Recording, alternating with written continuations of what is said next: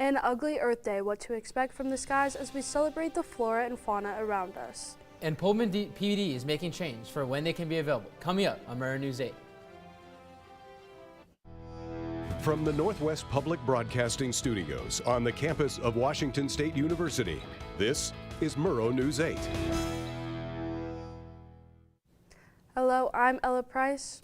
And hi, I'm Dylan Kiviat. Murrow News 8 starts now.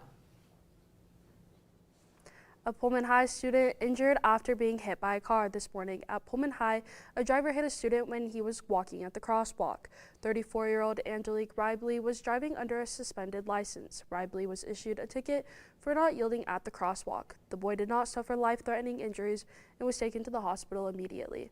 Pullman police are asking drivers to be extra careful when driving in the area, especially because high school students may not always be aware of their surroundings. We went from great weekend weather to, well, not so great weather. Connor, how bad is the rainy conditions over there? Well, if you were hoping that the Earth Day weather would be treating you well, those hopes and dreams have really been crushed by a flood warning that has come in for Latah County, Whitman County, and Benavente County.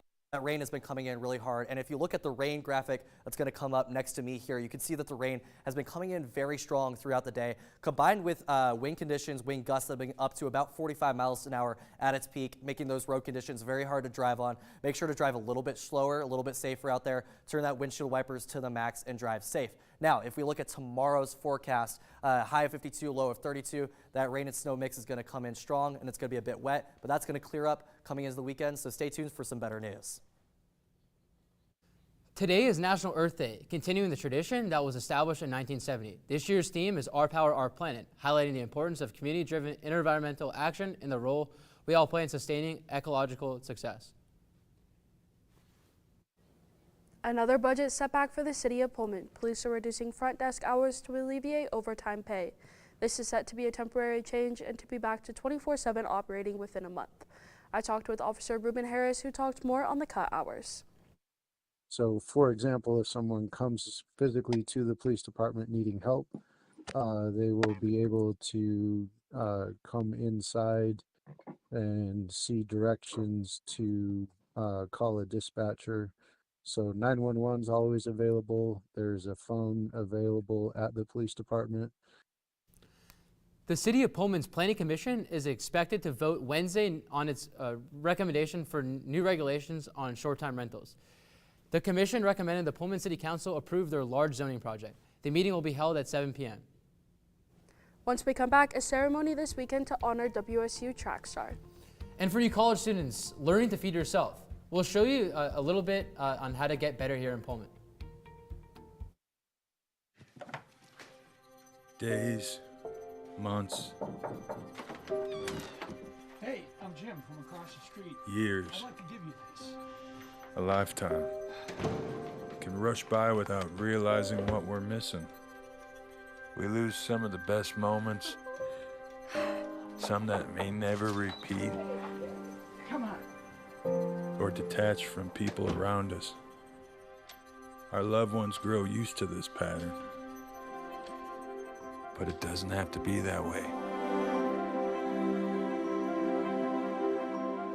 We have a choice to take action.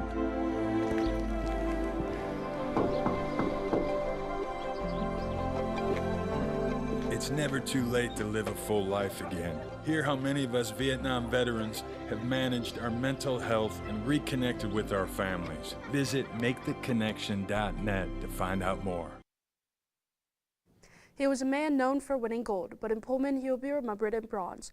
Our reporter Levi Coover is at the Henry Rono statue for more on the historic runner. Now, there may not be very much going on here today, but on Friday morning at 11 a.m., this statue of the legendary Kenyan distance runner Henry Rono is going to be dedicated right before the Cougar Classic track meet that's happening on Friday afternoon. If you're not familiar with Henry Rono, he's, of course, one of the greatest distance runners of all time.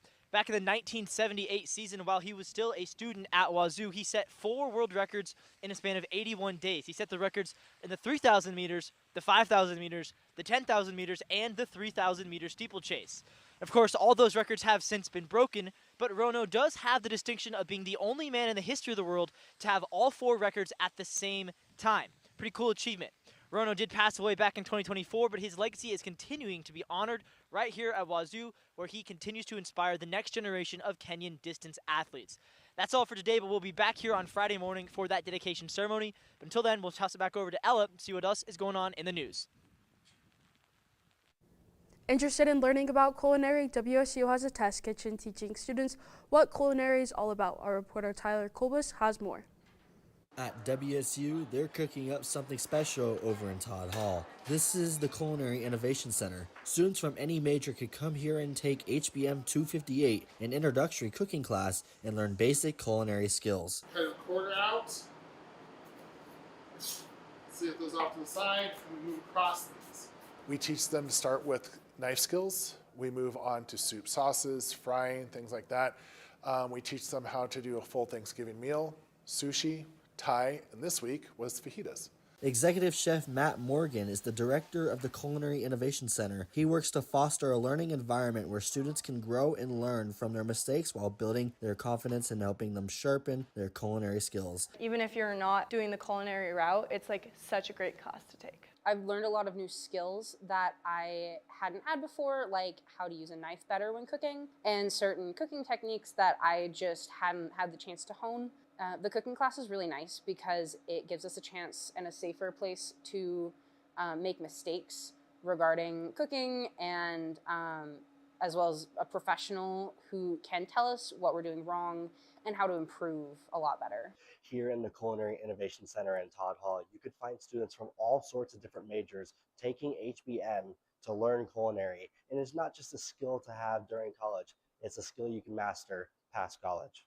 While WSU may not have an official culinary program, the Culinary Innovation Center is a great way for students to be a cut above the rest and learn how to cook some great food. I hope from HBM 258 that they take away just knowledge and exploration of food. And so they have a little bit better understanding of food, how to cook it. They're able to have that life skill to go on and go forward with, that they're not as scared about food, about cooking, about trying new things, and they have more willingness to explore different flavors and different spices and stuff like that. With videographer Hannah Fisher, I'm Tyler Kolbus, Murrow, News 8. It's clearly wet here in Pullman, but how about the rest of the state? Yeah, if you want to take a look at the rest of the state here. On the west side, surprisingly, our neighbors in Seattle, Olympia are not experiencing quite the same wet conditions as out here in Pullman.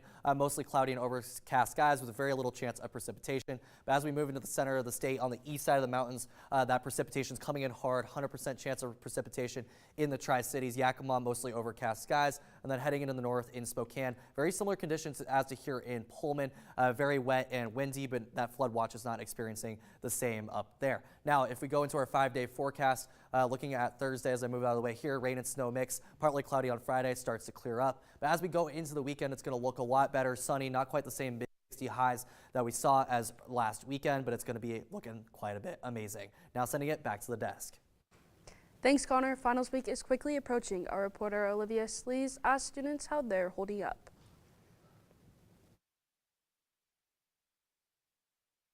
Hey Cougs, it is almost that dreadful time of year, finals week. Let's go around campus to ask some students how they're feeling. Are they prepared, a little worried? Let's go check it out. I am currently taking 18 credits, so it's definitely a full load, everything like wrapping up with a lot of campaign work. It's getting really busy out here, but we're managing, we're pulling through.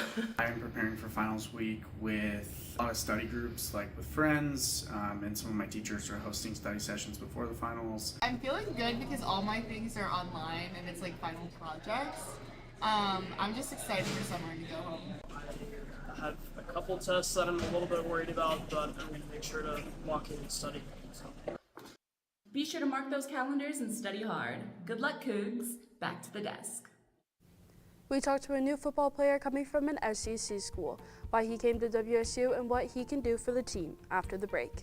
And a look into the WSU baseball team and how they're holding up.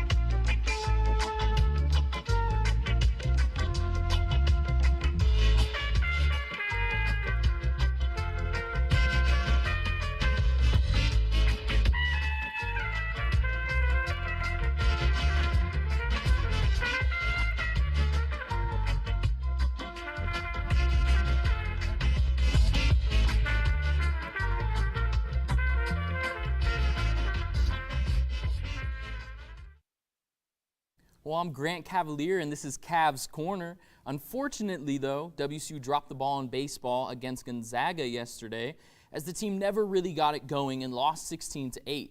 The team will face New Mexico April 24th next.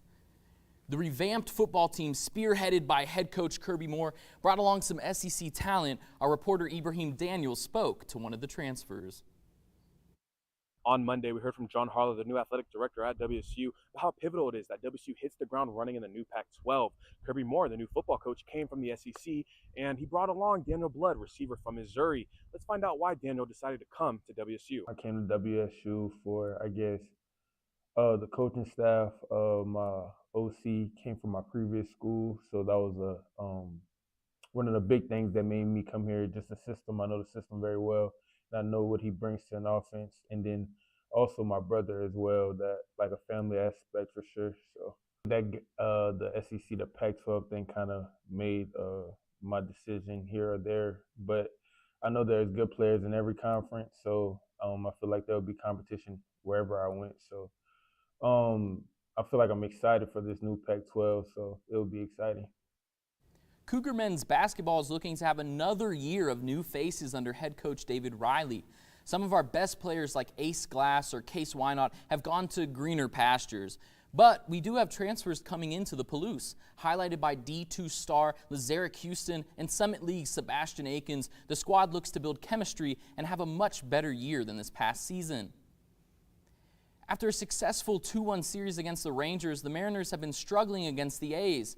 However, after a 5-4 loss, they won today, 5-4, pardon me, they won today, and they'll leave on a positive note and then have a 3-game series with the Cardinals.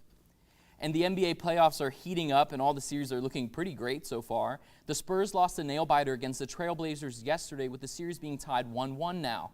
The injury bug hit the Spurs, with Defensive Player of the Year Wembanyama hitting the floor hard and being ruled out with a concussion.